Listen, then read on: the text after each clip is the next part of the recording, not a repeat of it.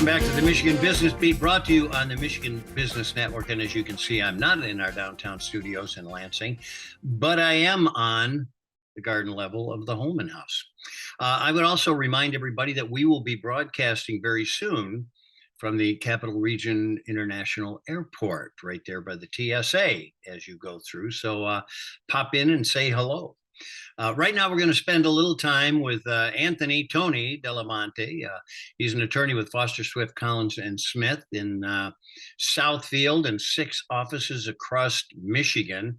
Pretty soon, I'm going to be introducing you as Foster, Swift Midwest, and then it'll be international. So, Tony, welcome to the show. How you doing? I'm great. Thanks for having me.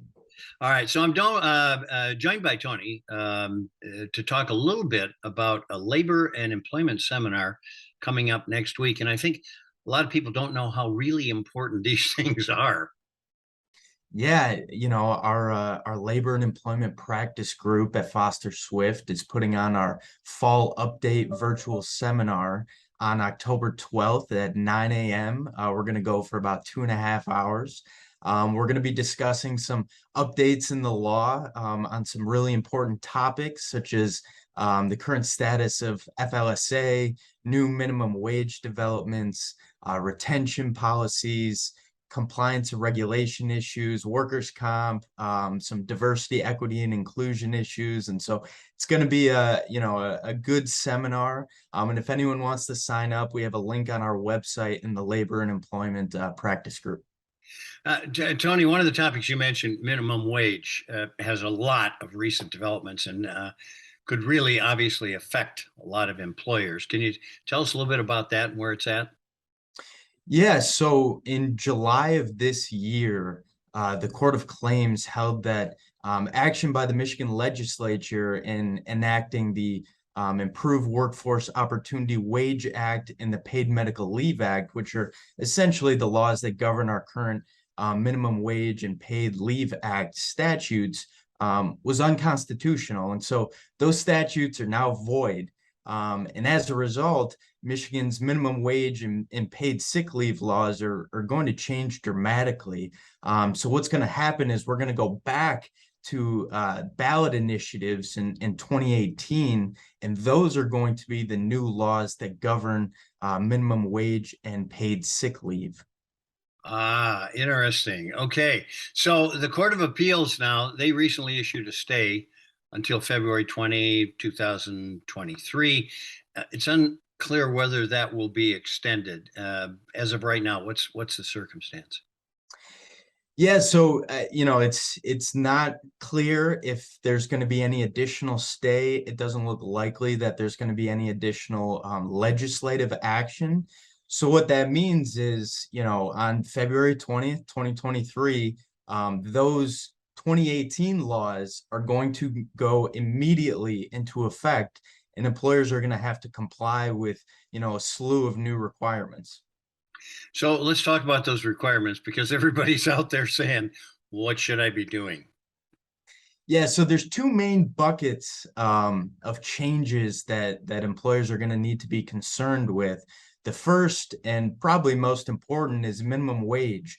So the big change is that the standard minimum wage is going to increase from its current rate of $9.87 per hour to at least $12 an hour when the stay is lifted. And the reason I say at least is that there's, an inflation-based provision in the initiative that could increase the minimum wage beyond $12 an hour. Wow. With inflation right where it's at right now, this would be a very untimely thing. Absolutely. Employers are going to have to look at their books and make sure that, they can comply with these additional financial requirements because, there are going to be substantial economic effects on employers and people are going to have to change. Well, so the other thing is, can you pass any of that on to your product customer, right? What about paid sick leave?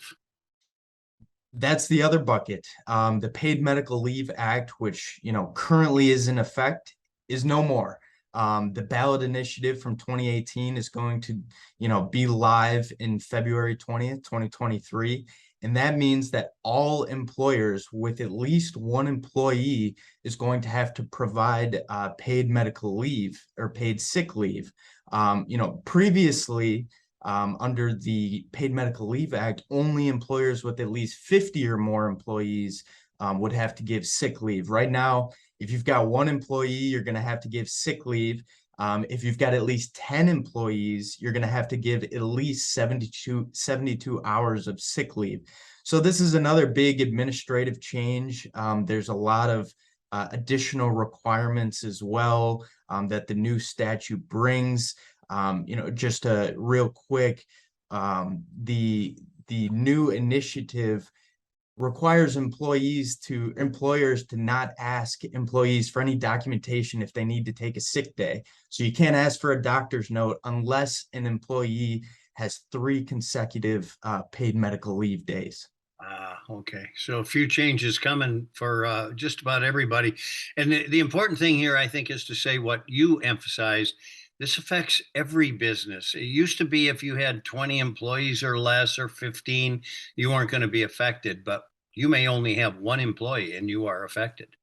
Yep, exactly. One employee and you need to provide paid sick leave.